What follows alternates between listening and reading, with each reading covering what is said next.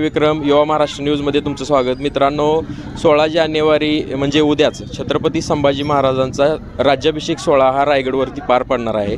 त्याच पार्श्वभूमीवर मंगळवेढ्यातून प्रथमच राहुल ताड युवा उद्योजक हे सामाजिक कार्यातही कायम मंगळवेढा तालुका असेल किंवा मंगळवेढा शहर असेल कायम अग्रेसर असणारं हे व्यक्तिमत्व त्यांनी आज जवळजवळ महिला असतील किंवा पुरुष असतील किंवा युवक असतील यांच्यासाठी शंभू राज्याभिषेक सोहळ्यासाठी मंगळवेढ्यातून त्यांचा प्रवास इथल्या शिवभक्तांचा प्रवास रायगडपर्यंत ते स्वतःच्या स्वखर्चातून करणार आहेत. त्याच पार्श्वभूमीवर नक्की काय असणार आहे ह्या कार्यक्रमाचे एकूण नियोजन हे आपल्याला सांगण्यासाठी काही येथील शिवभक्त आहेत, त्यांच्याशीच आपण बोलूया. नमस्कार. नमस्कार.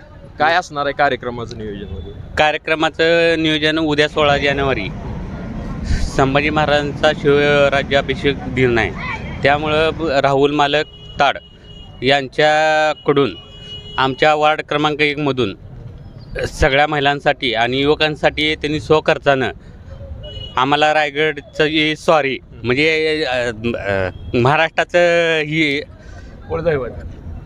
म्हणजे राजधानी तिथं आम्हाला त्यांच्या सवासातून आज आम्हाला त्या राजधानीत जायचा योग आला आहे. त्या शिवराज्याभिषेक दिनानिमित्त आम्ही 16 जानेवारीचं नियोजन मालकातर्फे केलेलं आहे. नक्की आता महिलांचा पण सहभाग दिसतोय. किती महिला आहेत आणि किती युवक पुरुष आहेत? काय साधारण महिला असलेल्या बघा 400 ते 40 ते 50 महिला आहेत. त्या 40 ते 50 मुलं आहेत ती सगळी. असं 100 लोकांचं नियोजन आहे. 100 लोकांचं नियोजन आहे.